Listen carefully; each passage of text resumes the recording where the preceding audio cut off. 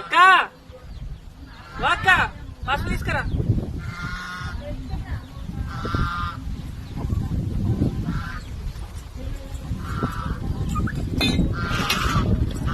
ఎటు పోయినా గిట్ట చేసా అమ్మ పోతే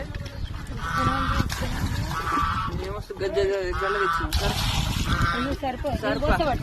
సరిపట్టులే పసుపు.